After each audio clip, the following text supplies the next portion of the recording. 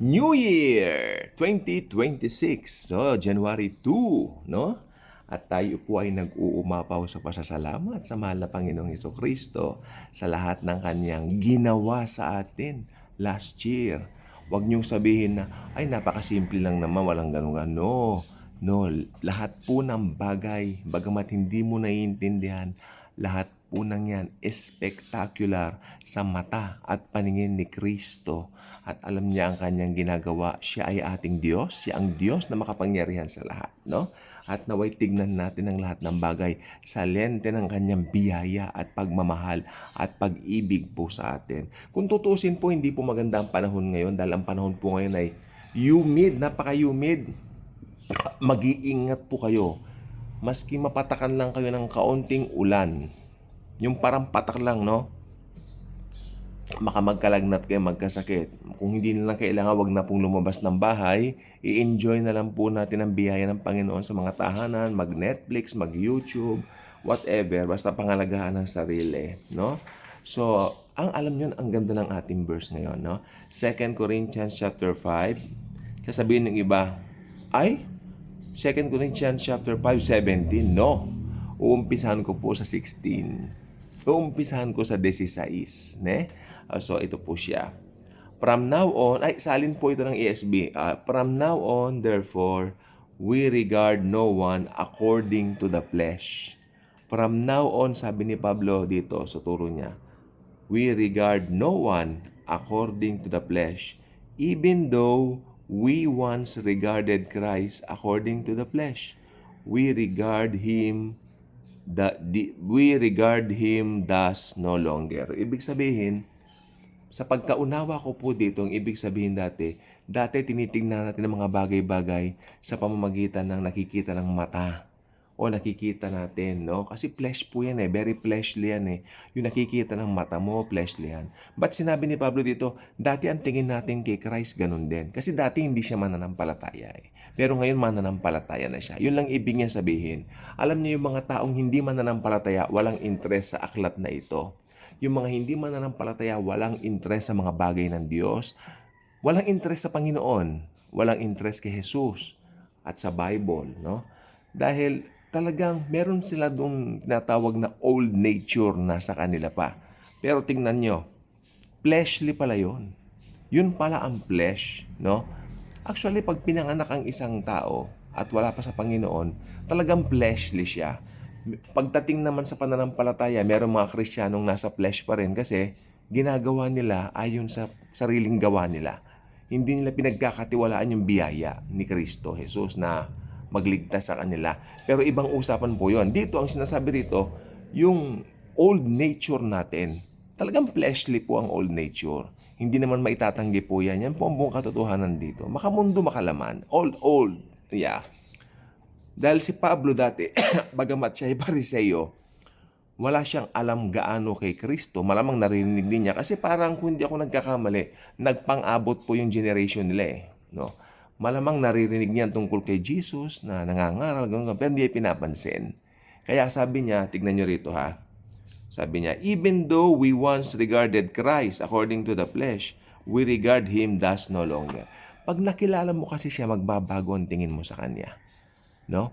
Kasi yung mga hindi mananampalataya ngayon, ang tingin kay Jesus, isang talagang popular po, very famous si Jesus. Walang tatalo sa pagka-famous niya. Kung yan lang po ang standard na hinahanap nyo. Napakababaw na standard niyan para sa akin. Kasi nung naging Kristiyano ako, hindi ko na po tinitingnan ng mga ganyan-ganyan. Famous, sikat. Ala na po akong pakialam dyan. Kahit sikat sila, ala akong pakialam. Ang nasa akin po ngayon, nakikrise na ako. May iba na akong hangarin, may iba na akong mithiin. Pagnanasa, yan pinagnanasaan ko ngayon ang mga bagay ng Diyos, ang Bible, mag-aral tayo, no? Dito sa YouTube, tingnan nyo, pag Kristiyano ka na, mahilig ka na manood ng mga end times, mahilig ka na manood dito yung mga daily good vibes, yan ang hiling mo. Dati, mga makamundong entertainment, pero ngayon, daily good vibes na ang pinapanood mo. Amen ako doon, no? More this 2026, okay? So, tingnan natin yan. From now on, therefore, we regard no one according to the flesh, even though we once regarded Christ according in the flesh. so we regard him thus no longer. Pag nakilala mo kasi siya, iba na ang tingin mo sa kanya. Siya pala ang pinaka-importante sa lahat. No? Siyempre, yung mga hindi mananampalataya, don't expect them na mamahalin nilang Panginoon dahil wala nga sila sa Diyos eh. Ang espiritu ng hindi mananampalataya, patay. No? How about making a challenge this 2026? Yung mga patay na kaibigan nyo, gisingin nyo yung kaluluwa. Pupunta kayo sa sementeryo, gigisingin nyo. Hindi, I'm not talking about that. Kasi ang pinanganak, under the flesh, pag pinanganak ka talaga, baby ka, maski cute na cute ang itsura mo, you are a sinner. Nandun yung nature ng sin sa'yo. Kaya tignan nyo, sino ba nagtuturo sa mga bata na magmura, mag-isip ng mga malaswa, yung mga kadumihan sa utak, no? Actually, hindi po kadumihan sa utak yung mga, kasi natural po sa tao rin minsan yun. Kasi, paano ba tayo nabuo?